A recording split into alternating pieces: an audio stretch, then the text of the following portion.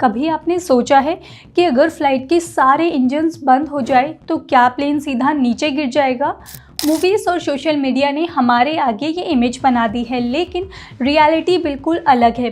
Truth ये है कि एरोप्लेन्स इस तरह डिज़ाइन किए जाते हैं कि इंजन्स फेल होने के बाद भी वो फ्लाई और ग्लाइड कर सके। एयरक्राफ्ट के इंजन्स का काम होता है प्लेन को स्पीड देना, ऊपर उठाना नहीं।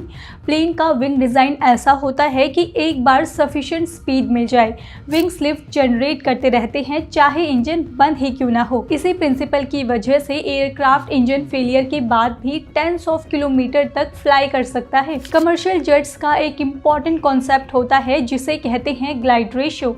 इसका मतलब होता है कि प्लेन कितनी हाइट से कितनी दूरी तक बिना इंजन के ट्रैवल कर सकता है। Generally modern passenger aircraft 1 kilometre height पर लगभग 15 to 20 किलोमीटर तक ग्लाइड कर सकते हैं।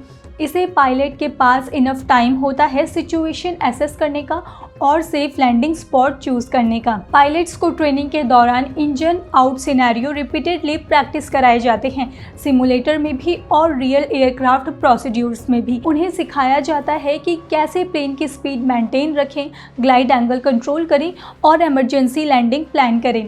एविएशन रूल्स भी एयरलाइंस को फोर्स करते हैं कि एयरक्राफ्ट हमेशा किसी न किसी एयरपोर्ट के ग्लाइड रेंज में हो, स्पेशली लॉन्ग रूट्स पर। हिस्ट्री में कई रियल इंसिडेंट्स ऐसे रहे हैं जहां एयरक्राफ्ट जीरो इंजन पावर के साथ सेफली लैंड हुए हैं। इसीलिए नेक्स्ट टाइम जब आप फ्लाइट में हो, याद रखिए इंजन्स फेल होना स्कैरी लग सकता है, लेकिन एरोप्लेन पावर के बिना भी लैंड हो सकता है।